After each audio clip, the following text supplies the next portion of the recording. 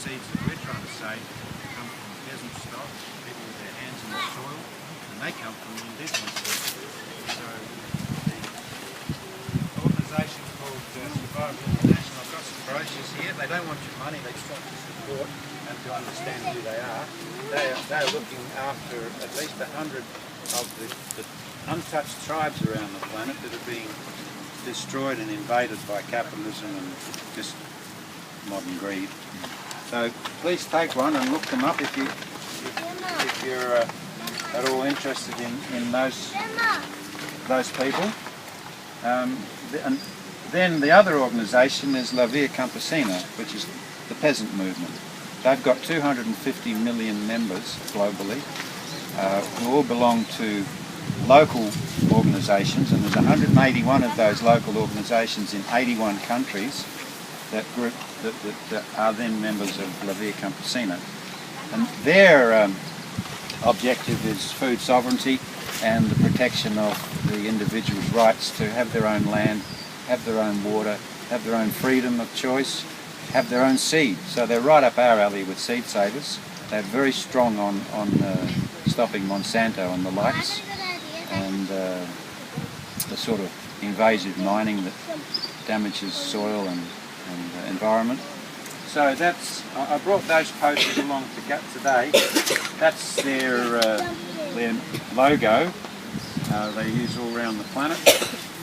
This is just a poster about the 10th of September, which is the day they commemorate food sovereignty every year. It's also the date that the World Health, the WTO and a couple of other big organisations that are up the same alley get together to work out how they can take over the planet monetarily, World Bank sort of stuff.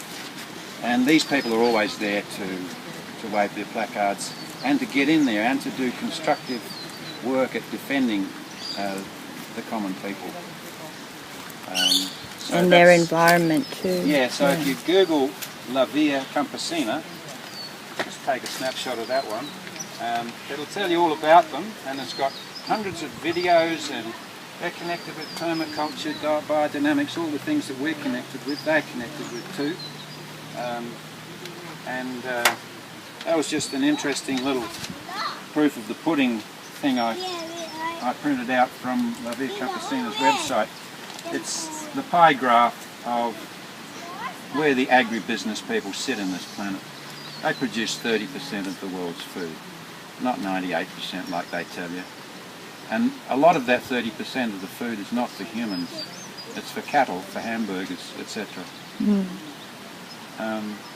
50% of the world's food is produced by peasant farmers, and the other bits are produced by urban gardening and hunter-gathering.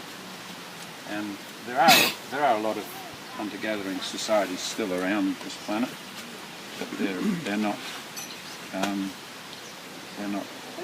well known because they don't have much power to promote themselves. It's the big companies we know about. So that's simply what I wanted to say to you, to hope that you will look into those two organisations and not empty your wallets out to them, but just be aware of what's happening in the planet and what the reality of the situation is with the organisations that think they control everything in this planet. They don't.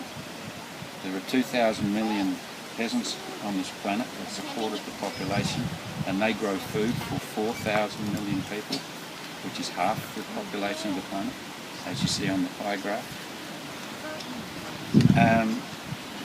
The word peasant is not such a nice word to some people, but to me, I'd rather be a peasant than a capitalist. Thank you very much. So to me, it's not a derogative word, it's a hierarchical position to be a peasant. To have your hands in the soil and to be conscious that you're standing on your mother. Thank you. Thank you, David. Thank you. I'd like you to come by my side. So I was brought up in Victoria in a cold climate on a sheep and cattle farm where we had 1,000 acres. My diet was meat and potatoes, and we had all that land there. We had a creek, and we never grew any veggies or any fruit. And if we did, there might have been some old fruit trees that were never looked after and they tasted terrible, and so I never ate much fruit as a kid. And the horse would get in and clean it up anyway. So, and we had a creek where we could have got wonderful water. So about the age of 8, I think I was given some lettuce seedlings, and so I went up and dug up this patch. Didn't know anything about water, so I planted them out, and about 2 weeks later they went to seed. So I sort of gave up on veggie gardens at that stage. And then later in life, my first wife, her parents lived on a dairy farm, and they were growing lots of veggies, and so I started to become interested in growing some of my own food at least. So in my first house I developed a veggie garden, and I learnt to water it and look after it, but I never planted any fruit trees. And then I moved back to the country, planted a nectarine tree, but I still didn't eat much fruit because in those days I was working as a meat inspector in an abattoir, and we used to get the meat cheap, and so 3 days a week I would eat heaps of meat, smoke a few cigarettes, drink some alcohol, and still it really didn't sink into me much about the soil or the seeds. When we lived on the sheep farm, my grandfather, who lived in Melbourne, would come up in a little Austin A40, and we had the shearing shed, and then all the poo would drop down underneath, and he would get about 3 bags of manure, drop the boot of his car, stick these 3 bags on the back of his car and take them back. And so that had a bit of an impact on me, seeing how he used the sheep manure. And he had a tiny little patch in suburban Melbourne. And here we were with 1,000 acres, and here was my grandfather growing stuff 7 hours, 8 hours drive away, and we didn't produce any fruit or veggies. But then I was working in country Victoria, and I had an opportunity to come to Mareeba in 1980, and I said, "Where's that?" And they said, "Cairns." I said, "I'm going." And I came up here, and fortunately I met Michael and Lindy. I'd give up smoking, I'd stopped drinking alcohol, I'd started to transition the way I was eating, and I'd actually given away eating meat and still working in an abattoir, and I was becoming more and more dissatisfied with the way my lifestyle was going. And fortunately I met Michael and Lindy, and I just saw this, it was paradise, and I was introduced to all these new fruits and all these tropical fruits and just a different way of lifestyle, and it really impacted on me. It was a major part of the transition I was going through. And then my wife got homesick, and we went to Victoria, and my lip was down around here, and when your lip goes down, my father used to say, "Ah, here's horse lips coming again," you know, because your lip would drop so far, and we had a horse on the property, so I resembled the horse for 13 years in Victoria. And then I got an opportunity to move back to the Sunshine Coast, bought land, tried growing tropical fruit, and for 10 years I battled, and nothing grew there very much, and I produced not much oil. And I said to Maria, "We're going back to Mareeba, because I know if I plant a fruit tree here, I can have pawpaws in 12 months and I can have bananas in 12 months. So back we came, and once again I thank Michael and Lindy, because they provided us with accommodation, and they provided with this wonderful network of friends that have accepted us as if we've lived here all our lives, and it's just been a wonderful transition to come back here. So, and in that, and I'll talk about the land in a moment, but in that transition, you know, we acquired this block of land, which has been, we're just so blessed with the way things have gone. So what I'd like to talk about now is about the second part, as I mentioned, is about fruits and seeds, and well, not just fruits, but seeds in general. If I pick up a handful of that potting mix and I go to eat it, I cannot sustain myself on that potting mix, because we can't absorb the nutrients that we need to sustain continual life.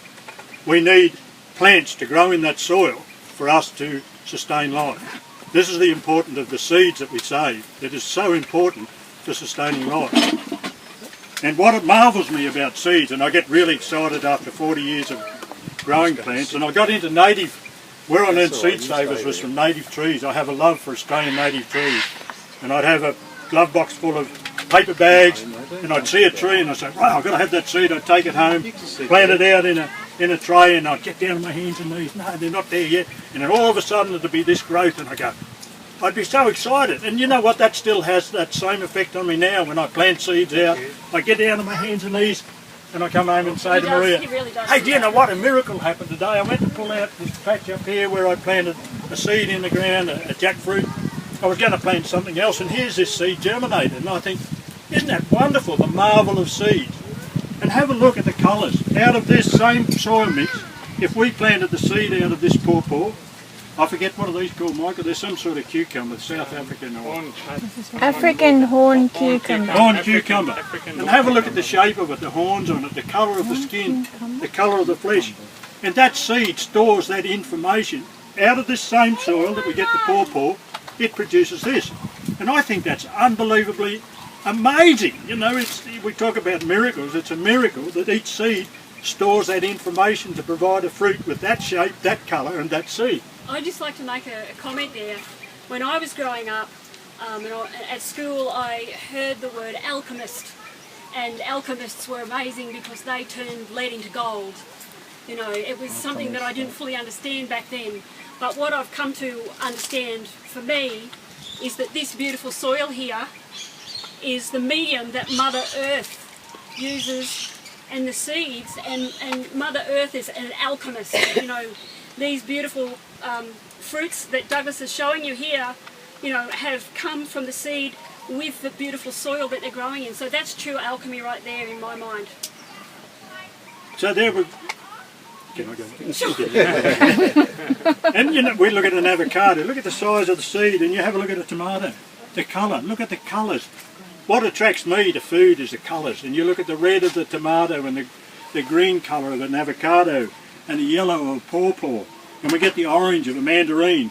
And then we go to the brown of a chocolate pudding fruit. Look at that. That's what comes out of that handful of soil I've just shown you. And I think that's just amazing. Now if I was in technology, I'd pick up this seed and say, oh, this has got 100 gigabytes of information. No, it's 10,000 terabytes. And somebody would argue, no, it's not that, it's such and such. But if you think about it, you'll think of that little seed, the amount of information that's stored in that seed that allows it to produce different fleshes, different colours out of that soil. Look at that soil. Who would eat that? Would anybody want to eat that, really? You know, when you look at the colours that we're getting out of that soil, I think it's truly amazing. An oily fruit, a juicy fruit, a soft fruit, a red fruit. And then we look at a native plant. And if you've ever dealt with native plants, have a look at the size of a eucalypt seed. That's almost, you can hardly see a eucalypt seed, and yet it turns into huge, big, monstrous trees from a tiny little bit of information. And that's stored to produce that tree of that variety, of that size, of that colour, of that leaf, to go on and on and on and on, producing for generations the same information stored in each seed. So I just wanted to talk to you about how I feel about the miracle of seeds and how important it is that we keep collecting seeds. And I'm sure none of you here, you wouldn't be here if you weren't thinking the same way. And the information given to us about David all over the world, those organisations you're talking about, Seedsavers, David, how important it is that we really look at all that, because that information, if that information goes, we won't be here, because that's what we rely on, is the information stored that the plants know. We don't have to know it. We don't even have to look at that plant and say, how do we make that grow? All you do is put it in the soil and give it water. We don't have to think about why does it grow, what does it have in it, does it have vitamin C? We don't have to think about any of that really, because we've complicated the world with all this information that we get. We just put it in the soil, we give it water, we give it some food, and we know that's how we're going to survive. It is so important that we keep these seed-saving groups going. This one's a Grevillea robusta. It's the silky oak.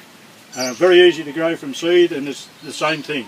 You know, when you look at all the shapes, these are all natives here because of the love I have for natives, and I want to drive in because I see it as an important part of the whole ecology of this block, of providing habitat for birds, for all the different insects, etc., that they may, and I suspect from my past experience, that they will come and nest in here, and they'll be a natural predator for some of the things that might take away my food supply.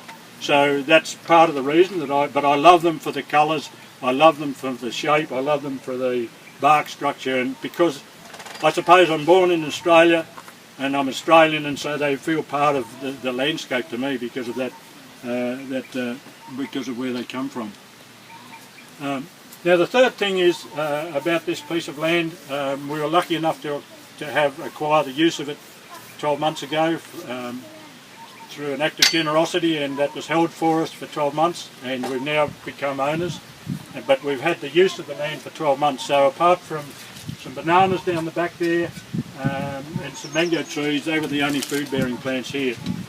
So since then, in that 12 months, and Maria's helped me at times, we've been planting out all the fruit trees and the food-bearing plants. The most important thing, we looked at this block and a lot of people were scared away, and I've talked to some of you as many groups, but for 4 years people were scared away because of the flood area. Where we're all standing here, according to the flood maps, the water goes 3.6 metres from above ground level.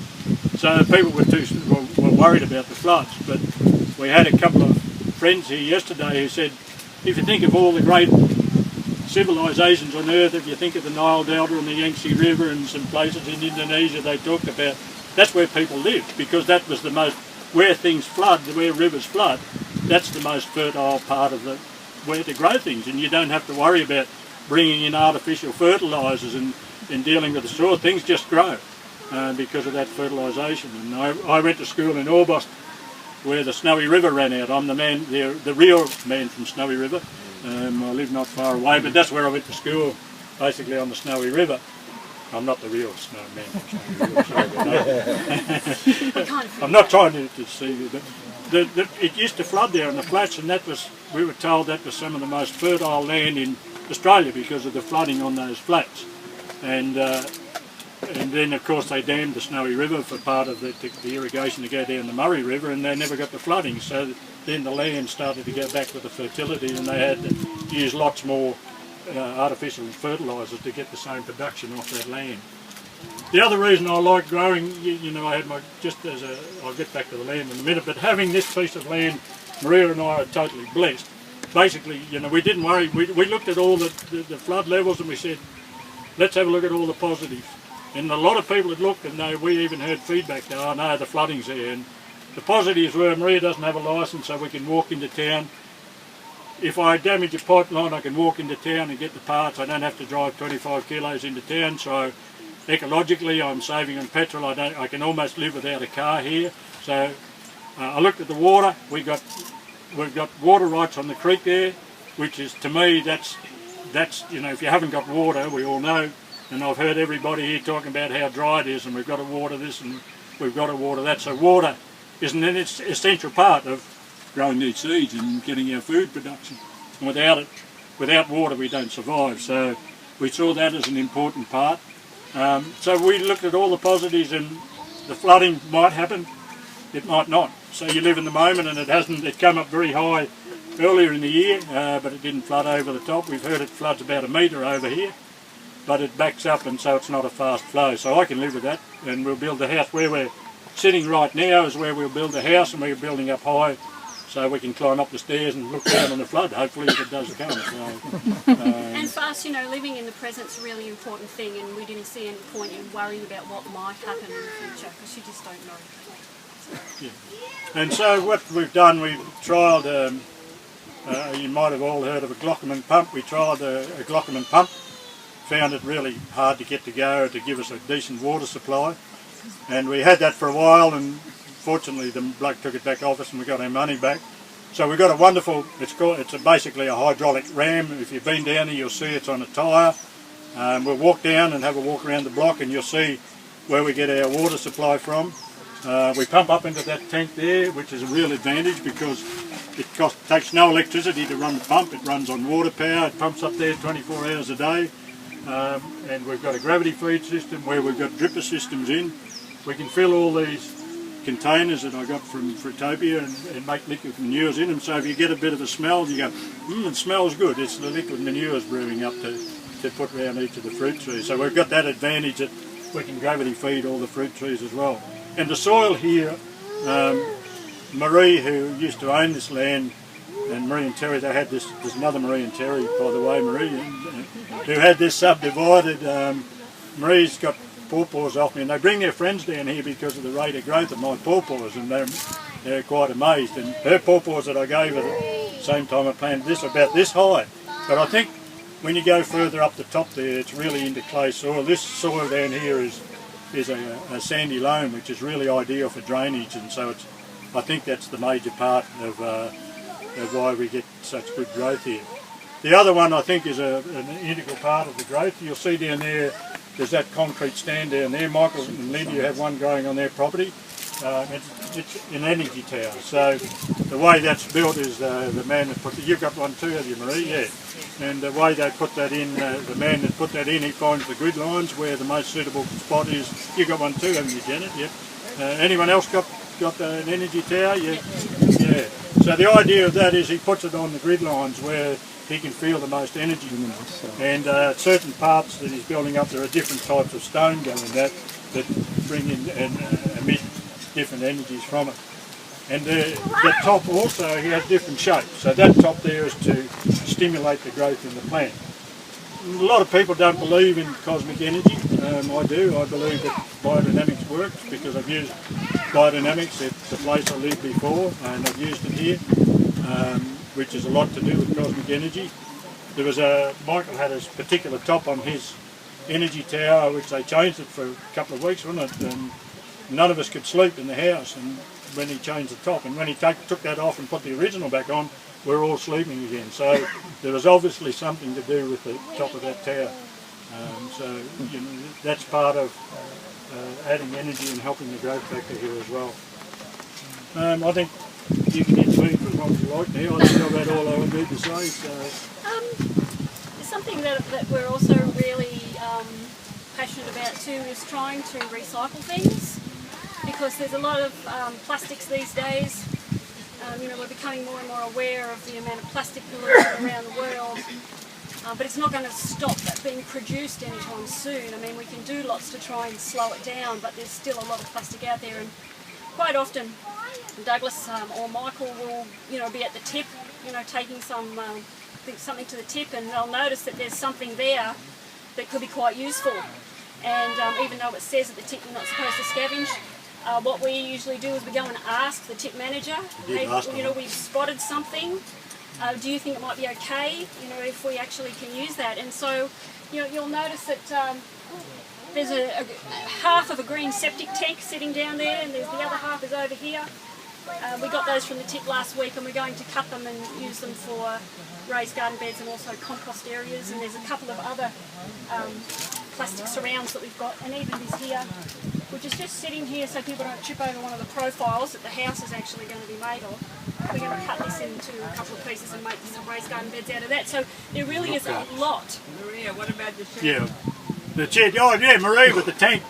Cost them $1,000 to get their tank out, and we got it for free, which we're so grateful for. We have a lovely tool shed down the back here, part of recycling. in between the mango trees. Yeah. Yes, and Maria and Terry with a. And we've also, Michael started collecting coffee grounds. Well, perhaps I shouldn't have said that because he might have competition there. But there's a whole lot of milk cartons there that they used. Well, how much was it per? 200 a week, is it? Yeah. I'll just show you. So we all know that a man uses 200 a week. So if anybody wants to use them for potting up, you just cut them, and then you just puncture them with something sharp, and you've got a good potting container. So that's just from one coffee van, 200 milk containers a week from one coffee van. Just imagine how much plastic's being thrown out from all of the cafes and restaurants and all of that from around Australia and the world. So yeah, we're always looking to recycle things if we can. There's a lot that you can do with recycled materials. Yeah. The other thing, I regard to seed saving in growing plants is that the younger generation are losing mentors in this society, that people they can go and they can find somebody who knows something about gardening. It's certainly increasing in the schools, but there's still not enough of it. And I was reminded of it last week. My 4.5-year-old grandson was here, and I was with him for his first 3 years. And he was here the other day, and we had the afternoon together, and we wandered around the garden, and he asked me about mangoes and mango flowers and different things about the garden, that language. It's really important that we can pass it on to the young. They don't know where things come from. If you ask them, where does a pawpaw come from? Oh, you can't eat the stuff that they produce in there. Well, where does their milk, even if they drink milk, they don't know where the milk comes from. So it's really important that we have these mentors in society, and Michael has talked to me a number of times about how he was brought up for the age of 9 with a grandfather, and the skills that he has now is because he had a grandfather that mentored him and mentored him a lot in the ways of growing plants and being sustainable and producing your own food. So I think each one of us, if you haven't got grandchildren or you haven't got great children or whatever, it's really important that we look to maintain those skills. Otherwise, that we're going to be swamped by these huge companies who don't want us to grow food. That's the other important point that I wanted to make too, is about poisons. I have never used poisons on gardens in my whole life, wherever I've been. There are two reasons for it. One is that I don't want to pollute my body. The other one is that I won't even use Roundup, because I see if we go and buy a product from that company, we're giving them some profit to take over the very thing that we're here for today, and that's to maintain a food supply for ourselves, to maintain the seeds that we need to maintain life on profit. So if and I hear these excuses, I only use a little bit, but remember, every time you buy it, there's a bit of profit going into that company, and if 100 people do it, 1,000 people do it, 1,000,000 people do it, that's why they're so big, and that's why they can trying to control our food supply. So I see it, and I'm not telling you what to do, but I see it that it's really important that we don't support those companies by buying their products, and we don't give them any profit. And if we do that, hopefully they'll die out one day, and that'll be the end of it. So, something else that Douglas... That's a big hope. Sorry? That's a big hope. Of course it is, but if we don't have that dream, Well, the first big cancer payout court case just got one, and wonderful. Yeah. what, some massive amount of millions of dollars, and then there's a whole lot backed up after that to go through. Isn't that fantastic? That they actually lost. So those companies are going to be paying out so much money because people are getting sick. Yeah.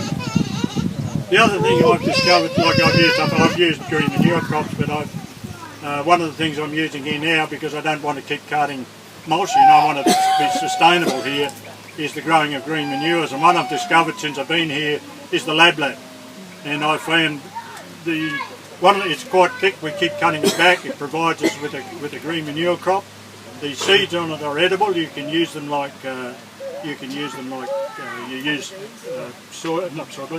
chickpeas. You can cook them up. I don't use it because I don't cook food, I live on fruit, and I don't have the need to cook anything. So, but you can live on them. They're called poor man's bean in actual fact.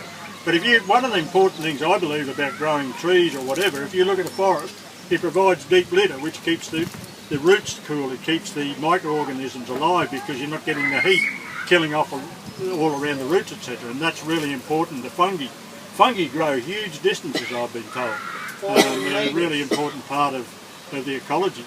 And if we're using a green manure, for example, if you put your foot on, I'm barefoot all the time, you put your foot on bare earth and put it under a bit of even a green manure or whatever you're using for a mulch, you notice the temperature difference is unbelievable. So Lab is one that, when we had some seeds here today that have gone to the seed bank, but I think it's a wonderful plant to be using as a green manure. I think I'm finished.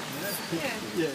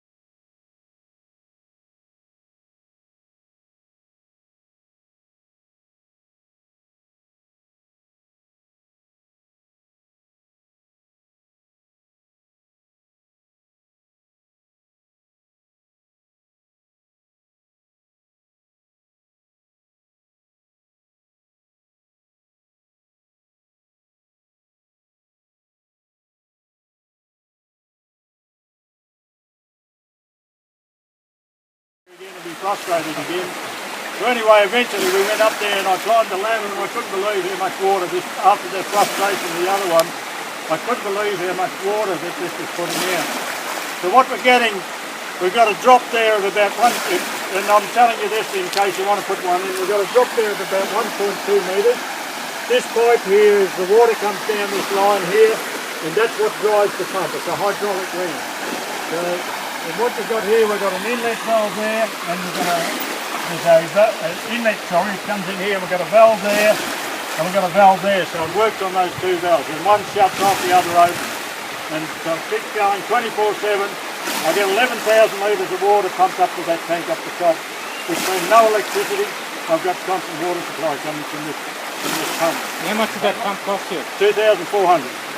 And I reckon it's worth every penny. I'd pay that in electric, because pumps are really expensive to run electric pump. Or if I had a solar system, Sunshine Coast would cost me 4,500 to put in, and I'd be lucky if I got 1,000 litres a day out of it. So you know, here's 11,000 litres of water. Yeah. It's got a piston drive and they're all replaceable. So it's a very simple pump.